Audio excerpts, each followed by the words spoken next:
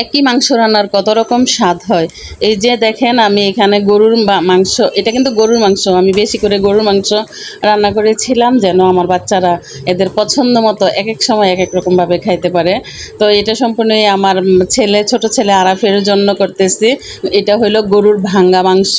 এটারও একরকম একটা টেস্ট, ওরা রুটি দিয়ে খাইতে পছন্দ করে। আমার মেয়ের জামাই, তারপর আমার ছোট ছেলে একসঙ্গে বসে সুন্দর করে খাইলো আজকে। এটা হইলো এই ভাঙা মাংস দিয়ে। তো এই ভাঙা মাংসটাকে আমি আবার এটাকে একটু জাল দিতে দিতে তারপরের দিন দেখেন আমি আবার এটাকে জুড়া মাংস করতেছি। জুড়া মাংস খাইতেও একরকম টেস্ট, একটু গরম গরম ভাতের সঙ্গে জুড়া মাংসটা খেতে পছন্দ করে, বা আমি রোলের মতো করে রুটি দিয়ে আমার আরাফরে খেতে দিই, ওরা খুব পছন্দ করে খায়। তো আপনারাও কি এরকম করেন?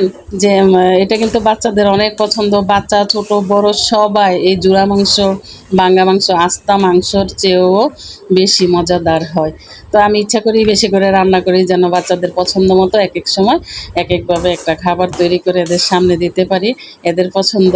এদের পছন্দের খাবারটা তৈরি করে দেওয়াই থাকে আমার মূল উদ্দেশ্য।